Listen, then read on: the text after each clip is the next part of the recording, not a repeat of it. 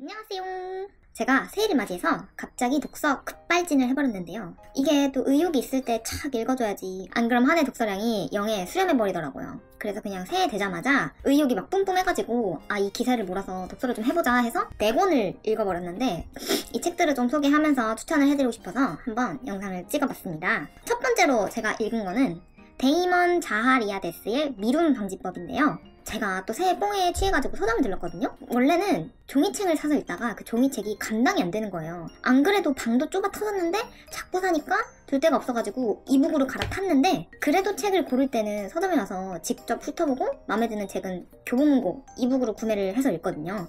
근데 가끔 이건 진짜 종이책으로 내가 소장하고 싶다 하면 사고 있어요. 근데 이 미룬방지법을 서점에서 보자마자 어머 내 병명이 여기 있구나. 31년 동안 알아온 내 불치병. 제목이 일단 너무 끌리는 거예요. 그래서 앞에 목차 서문 읽어보고 이건 읽어야겠다 해서 이북을 찾아봤는데 안 나왔더라고요. 이북으로 출시가 안 됐나봐요. 그래서 종이책으로 사버렸는데 일단 여기 목차 전에 명언들이 대박이에요. 그 명언들이 당신은 지체할 수 있을지 몰라도 시간은 그렇지 않으며 잃어버린 시간은 다시 찾을 수 없다. 벤자민 프랭클린. 미루는 건 시간을 훔쳐가는 도둑이다. 그를 체포해라. 찰스 디킨스.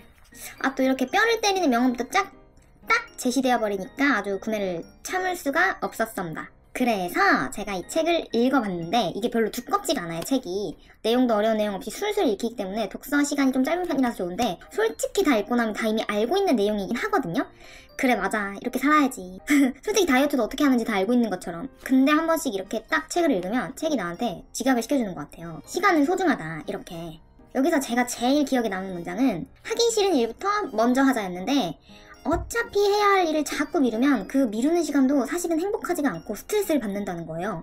그래서 어차피 해야 할 일을 하면 얼른 그것부터 해치워버리면 다음 것들은 또 시작하는 게 수월할 것이고 시간 낭비를 하지 않을 수 있다는 건데 이게 너무 좋은 방법 같은 거예요. 사실 이제 놀고 있어도 이걸 해야 된다는 강박이나 생각이 계속 있으면은 막 유튜브를 보던지 동영상을 보던지 해도 이게 온전히 쉬는 재밌는 시간이 아니잖아요. 그래서 제가 이걸 사실 몇 일 안 됐지만 한 5일 정도를 더럽게 하기 싫은 일을 하는 것부터 하루를 시작했더니 전보다 좀 생산적인 하루를 보내게 되더라고요. 진짜 마음의 부담감, 나에 대한 혐오감 같은 스트레스도 줄고 진짜 책 이름 그대로 미룬 방지를 좀 실천해보고 있는데 혹시 미루는 게 나의 특기다. 이것 때문에 너무 스트레스 받고 해결 방안을 좀 찾고 싶다 하시면 이 책을 한번 슈루루룩 읽어보시면 좋을 것 같아요. 새해 독서 책으로 추천 땅땅. 자, 다음 책은 바로 간다 마사노리의 비상식적 성공 법칙인데요. 25년부터 새해 돕기 가득해가지고 인생 성공 좀 해보고 싶었습니다. 이 책의 저자는 간다 마사노리라는 일본 사람인데 현재는 경영 컨설턴트이자 작가라고 하더라고요. 이분도 처음에는 회사를 다니다가 사업을 하게 된 건데 그때 어떻게 성공을 하게 됐는지 그 노하우를 알려주면서 이대로만 하면 당신도 성공할 수 있다라고 책에서 얘기를 해주고 있어요. 제가 이 책이 조금 끌렸던 건 비상식적이라는 단어 때문이었는데 이 책이 이 단어 하나 때문에 좀 다른 성공 자기계발서랑은 좀 차별점이 있지 않을까 싶더라고요. 그래서 바로 차별점은 성공 방법에 대한 표현을 좀 상당히 정제되지 않고 한 느낌이었어요. 인상 깊었던 부분은 처음에 성공을 위해서 인간의 악한 본성을 이용해라.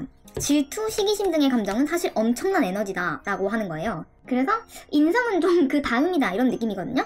그래서 그렇군. 일단 에너지를 이용해서 열심히 행동하고 뭐 이것저것 다 열심히 해서 성공부터 해라 이런 느낌인데 이게 조금 신박하긴 했어요. 왜냐면 좀 다들 좀 책에서는 인성을 좀 나중에 챙겨라 이런 말은 잘 하지를 않으니까. 그리고 여기서 또 이런 말이 있는데 그 센스는 정보량에 비례한다는 말이 나오는데 정보 습득의 중요성을 엄청 강조하거든요. 그래서 제가 또 느낀 게 센스 있는 사람이 되려면 어쨌든 독서나 뭐나 공부를 많이 해야 되는구나 싶더라고요. 요즘은 코미디 뭐 이런 것도 사실 엄청 똑똑하고 시사상식 이런 거에 밝아야 재밌게 할 수 있는 거잖아요. 그래서 이게 센스라는 것도 결국은 공부다. 뭐 타고난 것도 있겠지만 공부를 해야 된다 이런 생각이 들었고 책을 읽은 후에 제 생각은 그래도 뭔가 성공을 위해서는 주체적으로 여기 책에서도 항상 말하는 건데 주체적으로 열심히 행동해야 된다. 사실 열심히 뭔가 행동하는 거는 기본인데 여기서 이제 좀 악한 에너지를 이용해라 등의 뭔가 좀 그런 방법들을 제시를 해주고 있어요. 그래가지고 좀 25년 좀 도끼 가득하게 좀 열심히 해보고 싶다. 나 좀 성공하고 싶다. 이런 분들이 계시면 저처럼 좀 이것도 새해 맞이로 읽어보면 좋지 않을까 그런 생각이 좀 들었습니다. 그리고 제가 세 번째로 읽은 책은 바로 트렌드 코리아 2025입니다. 제가 또 트렌드에서 뒤처지기로 유명하거든요. 근데 그래서 내가 또 유튜브도 열심히 하고 싶은데 트렌드를 좀 쫓아야 되지 않겠니? 결국에는 시향을 좀 잘 읽는 사람이 성공하지 않나 싶어가지고 트렌드 코리아 2025를 읽어보게 되었는데, 이걸 읽어봤는데 제가 진짜 생각보다 더 알고는 있었지만 좀 무식 그 자체더라고요. 이걸 읽으면서 진짜 처음 접한 단어나 그런 게 너무 많아서 내가 무식이 잘잘 흘러넘치는구나. 앞으로 센스를 기리기 위해서 열심히 독서와 공부하자, 이런 생각이 많이 들었고요. 여기에는 25년 10대 소비 트렌드 키워드가 나오는데요. 첫 번째 옴니부어, 두 번째 아로마, 세 번째 도핑 경제, 네 번째 페이스테크, 다섯 번째 무해력, 여섯 번째 그라데이션 티, 일곱 번째 물성 매력, 여덟 번째 기후 관찰성, 아홉 번째 김진아 전략, 열 번째 원포인트. 이런 식으로 나오는데, 여기서 제가 제일 기억에 남는 주제 두 가지만 꼽는다면 아보하랑 원포인트업인데요. 아보하가 아주 보통의 하루의 줄임말인데 너무 행복하지도 너무 불행하지도 않은 일상, 그저 무난하고 무탈하고 안온한 삶을 가치 있게 여기는 태도를 얘기한다고 해요. 저는 이게 사람들이 정말 이 삶을 살아가는데 지쳐서 이런 단어가 생겼구나 싶었어요. 그리고 진짜 근데 사회가 전쟁터잖아요. 계속되는 경쟁사회에 아무리 무언가를 성취해도 또 해야 할 것이 남아있고 누군가의 기대를 채우기는 힘든 그런, 가끔씩은 막 숨이 막혀오기도 하는데 그러다 보면 그냥 하루하루가 아무 일 없이 그저 무난한 하루가 되면 다행이다 싶을 때가 저도 있더라고요. 그래서 누구에게 큰 인정을 받기보다는 그냥 나에게 주어진 하루를 묵묵히 살아가면서 안온한 하루를 보내는 게 진짜 소중한 요즘인 것 같아요. 그리고 두 번째는 바로 원포인트업인데요. 지금 도달 가능한 한 가지 목표를 세워 실천함으로써 나다움을 잃지 않는 자기개발의 새로운 패러다임을 말한다고 해요. 작은 노력을 꾸준히 실천해서 어제보다 나은 내일을 만들면 된다, 이런 느낌인데요. 여기서 좀 인상 깊었던 게 1을 365 제곱하면 그냥 1이지만 1.0을 365 제곱하면 37.8이다라는 건데요. 진짜 꾸준히 뭔가를 한다면 달라지겠구나 싶더라고요. 저는 진짜 눈앞에 뭔가 빠르게 성과나 보상이 없으면 사기가 뚝뚝 떨어지는 사람인데 꾸준함이 중요하구나 싶더라고요. 제가 진짜 원래는 좀 한방주의거든요.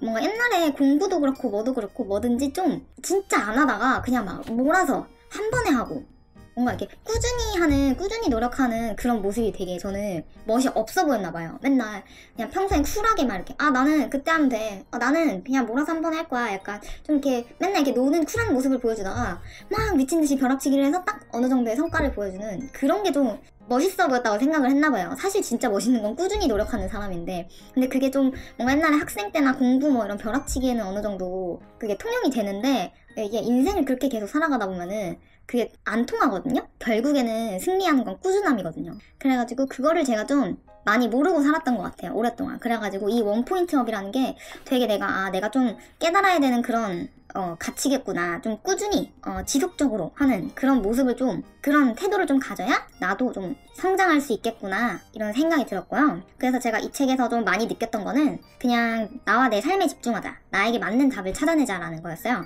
타인에게 초점을 맞추기보다는 그냥 나에게 초점을 맞춰서 내 삶을 내가 만족할 수 있도록 살면 되겠다 라는 생각이 들더라고요. 자꾸 남이랑 비교하면서 내 인생이 괜찮은가, 이렇게 하는 게 맞나 혼란스럽고 막 의심되는 순간들이 종종 있었는데, 그냥 내가 하고 싶은 일, 해야 하는 일에 집중하면서 이 혼란스러운 사회에서 그냥 주체적인 나만의 가치를 찾아서 삶을 살아야겠다 하고 이제 생각하게 된 계기가 됐습니다.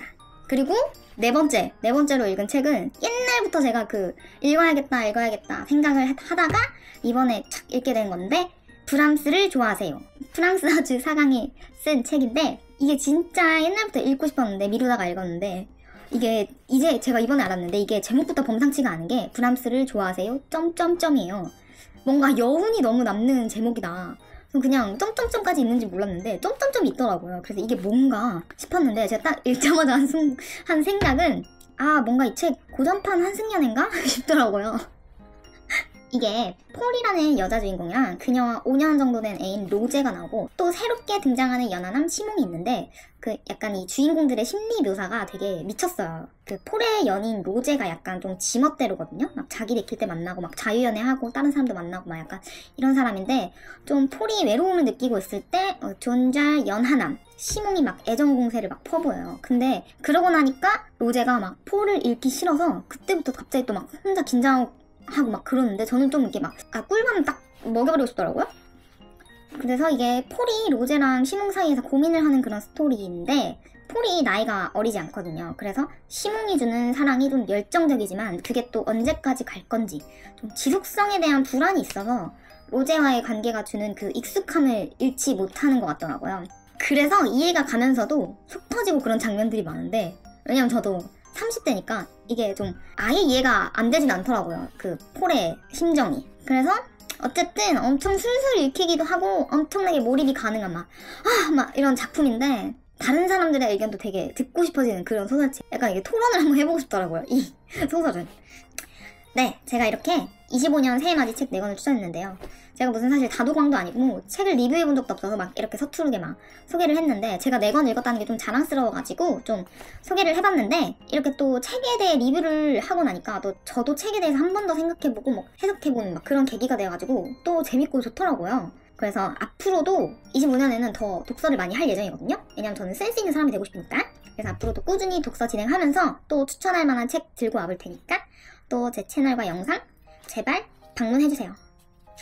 시청해주셔서 정말 감사합니다. 안녕!